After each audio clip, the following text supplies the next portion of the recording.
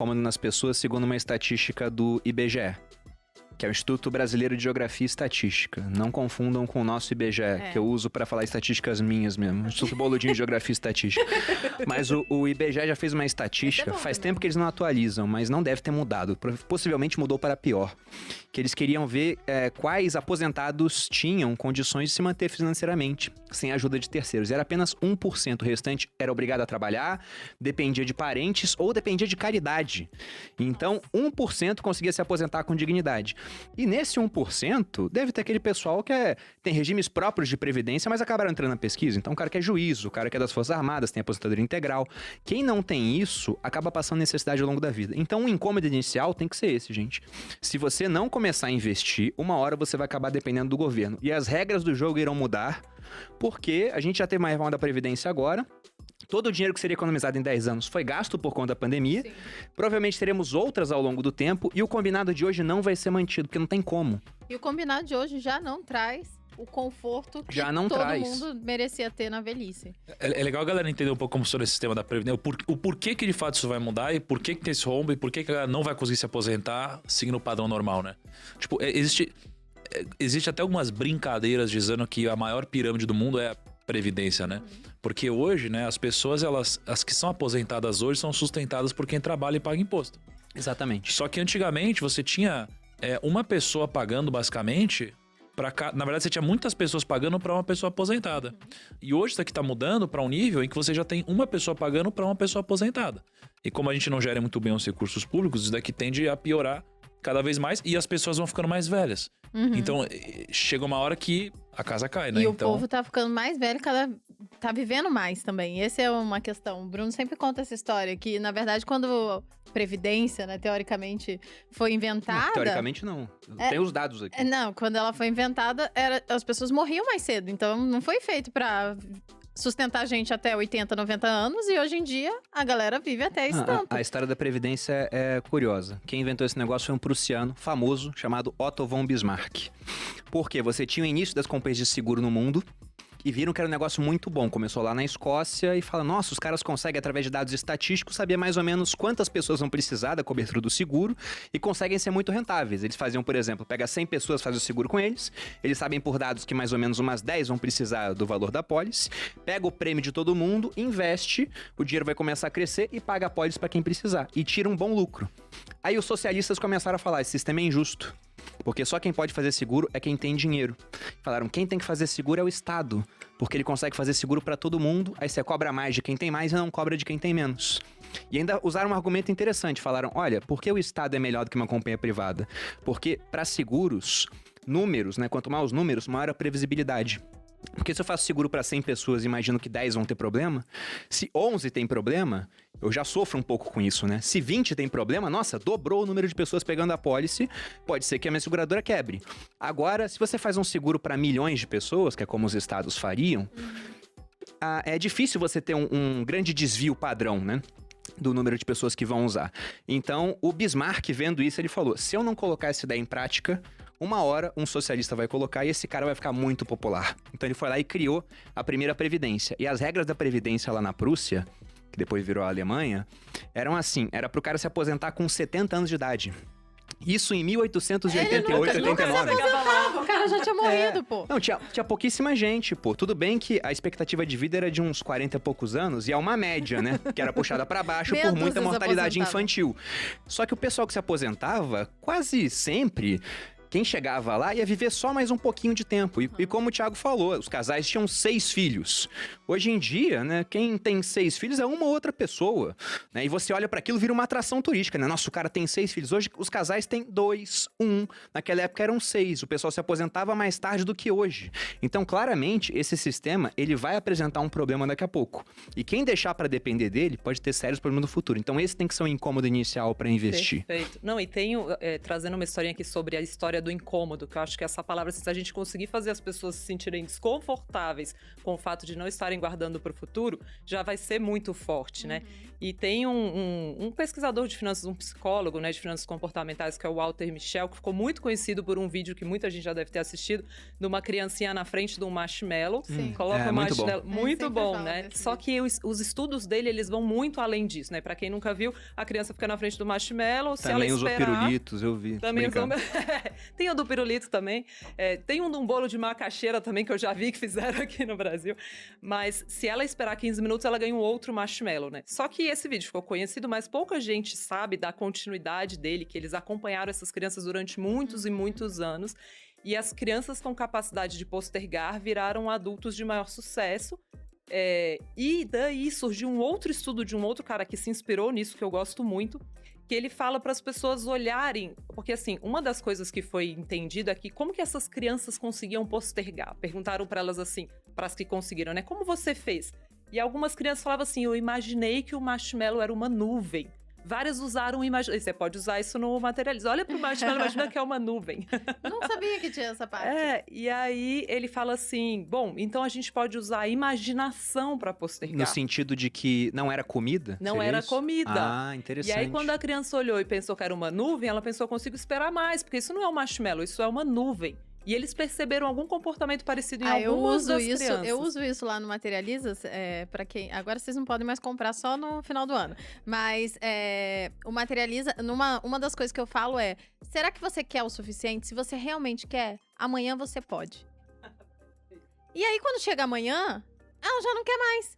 Então, você quer um brigadeiro? Então amanhã você come. Com investimento eu não sei se dá tão certo. Eu acho que investimento não vai dar certo. Olha o pulo do gato.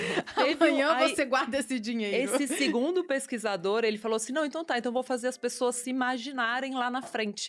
Então ele dividiu um grupo em dois e metade olhou para ela mesma mais velha. E aí eles perguntaram, quanto você quer guardar para sua aposentadoria? E o grupo que se olhou envelhecido decidiu guardar 30% mais para aposentadoria. Então esse exercício muito simples de você pegar um aplicativo que te envelhece, olhar para ele e se ver envelhecido, te faz guardar mais para o futuro. Então esse exercício de ficar pensando, como vai ser quando eu chegar lá? Porque, de fato, você materializa aquele futuro, né? Você fala, nossa, quando eu estiver lá, eu tenho que ter mais conforto, né? Coisas assim, muito legal. Eu chamo isso do eu do futuro. Sim, é o eu do futuro. Eu já usei várias vezes em posts, no Viver de Renda eu uso também, que é essa questão de que hoje, né, se você não investir, o seu eu do futuro vai estar pior. E ao contrário de outros credores, por exemplo, se o Thiago não paga a conta de luz, a companhia de energia vai lá e corta a sua luz, corta a sua água. Se não pagar condomínio, sua casa vai a leilão. Você tem que fazer tudo isso. Agora o seu eu do futuro não consegue te cobrar. Ele não consegue chegar pra você e falar, Thiago, aporta mais aí. Ou você não pagou, né? Não investiu a parte que você investe todo mês, esse mês tem que pagar a multa. Esse cara não consegue fazer isso. Depende da gente pra fazer isso. Ele é um credor, só que ele é um credor, né? Toothless, né? Sem dente. Ele não consegue morder a gente. E se a gente não fizer isso, lá na frente, o que vai acontecer? A gente vai estar mais velho, provavelmente com uma capacidade laborativa que vai cair ao longo do tempo. Dificilmente vamos continuar fazendo o que a gente faz hoje quando for mais velho. O pique diminui. E além disso... tendo em conta que a pessoa que vai ficando mais velha vai tendo gastos maiores com saúde, até por isso que muita gente gosta de investir no setor de saúde, é uma demanda já contratada, esse cara vai ter mais despesa, lá na frente as coisas vão ser mais caras, porque a inflação vai penalizando, né, vai tirando o poder de consumo do dinheiro. Então, se a gente não investir pensando nesse cara, ninguém tá pensando nele. Ele vai passar necessidade lá na frente. É isso. E aí, revertendo a questão da Previdência Pública que vocês falaram de fato, né? Eu nunca tinha ouvido isso, achei bem legal que o Nico falou. A questão de você, na verdade, ser quase uma pirâmide financeira, a Previdência Pública, né? A Previdência Privada, e aí quando eu falo isso, às vezes as pessoas olham, são muito acostumadas com uma Previdência historicamente muito ruim no Brasil e falam, isso daí é ruim, isso daí é péssimo. Minha mãe falou que é ruim. Tem umas mamatas... bem legais de imposto de renda, de economia de imposto de renda, né? O Bruno conhece esse também. Isso é bem legal, assim, porque as pessoas às vezes menosprezam os tais dos PGBLs e VGBLs da vida, porque afinal botaram um nome horrível nessa porcaria desse produto, né? É plano gerador, benefício livre. Que diabo é isso, gente? Um monte de palavra desconectada, uma grudada na outra. Mas tem vários benefícios legais de economia de imposto. E lá não tem essa comunicação entre o seu dinheiro e de outra pessoa. Eu tô acumulando para pro eu futuro, né? E não pra minha mãe, pra minha avó e tal. Realmente o meu dinheiro é investido para mim mesma. E aí tem economia de imposto um monte aí, de chegar a 10% de imposto, de você poder deduzir na declaração do imposto de renda igual você deduz gasto com saúde, educação, que eu acho que as pessoas não acordam, que é para quem deixa dinheiro pro longo prazo, não é para fazer reserva de emergência nisso, pelo amor de Deus, que o imposto é horrível. Mas para quem pode esperar mais de 10 anos, por exemplo, os benefícios de imposto são muito grandes. E antigamente a Previdência só tinha produto ruim. Então, assim, mais de 80% hoje ainda é renda fixa. É isso que eu ia falar, mas aí é uma minoria isso daí que você tá falando, a quantidade. Você tem que achar um produto bom, você tem que investir de forma diversificada, igual você investiria fora da Previdência. Mas se você procurar... E tem hoje bons fundos, se você procurar hoje, tem bons multimercados, bons gestores de ações que estão operando nesse mercado de 3 anos para cá. Mas eu acho uma baita de uma sacada legal para acumular para o futuro. Eu diria até que... Por favor, Thiago, completa assim. Não, eu queria só pegar um gancho da Luciana, que ela abriu o assunto de previdência. E previdência acho que talvez seria no mercado financeiro o tópico mais underrated que existe. Eu concordo. Por quê? Porque talvez seja o melhor veículo de investimentos que existe para o investidor de longo prazo, Sim. que tem ali talvez abaixo de uns 10 milhões de reais, que é na maioria. E tem benefícios que poucas pessoas conhecem, mas todos poderiam acessar hoje, né? Então, quando a gente fala do longo prazo, e a gente está falando basicamente de uma mistura entre sacrifícios e fator temporal, né? O sacrifício de abrir mão do presente para poder colher no futuro. Quando você tem... depois do incômodo, você começa a buscar conhecimento e começa a entender como funciona. E pensar no futuro é um exercício ingrato, porque a gente acabou de falar dos incômodos, de que, pô, o corpo te incomoda, você vai emagrecer. O fogo te incomoda, você vai tirar a mão do fogo. A doença, você vai se cuidar. Você não vai se incomodar com o futuro até o momento que você faça um exercício intelectual mais profundo. Quando você começa a fazer esse exercício, você vai acabar parando em, ok, preciso de conhecimento. Qual conhecimento? Sobre dinheiro. Quando você entende sobre dinheiro, você para em previdência, que é um puta veículo, você descobre que tem muitas taxas ocultas que ninguém conhece, nem o seu gerente de banco e nem aquelas pessoas que te vendem a previdência, né? Então, eu lembro que... Vocês sabem que o primo começou por causa de previdência? Não Não sabia. sabia, não. O primo começou por causa de previdência. Então, assim... qual que era a minha cabeça? O investimento mais popular do Brasil é a poupança. Todo mundo conhece. O segundo mais popular é a previdência. Todo mundo conhece também. Só que todo mundo sempre falou de poupança. Não tinha ninguém falando de previdência na época. E o upside de você sair da previdência ruim e ir para uma boa é muito maior do que sair de uma poupança e ir para outro investimento.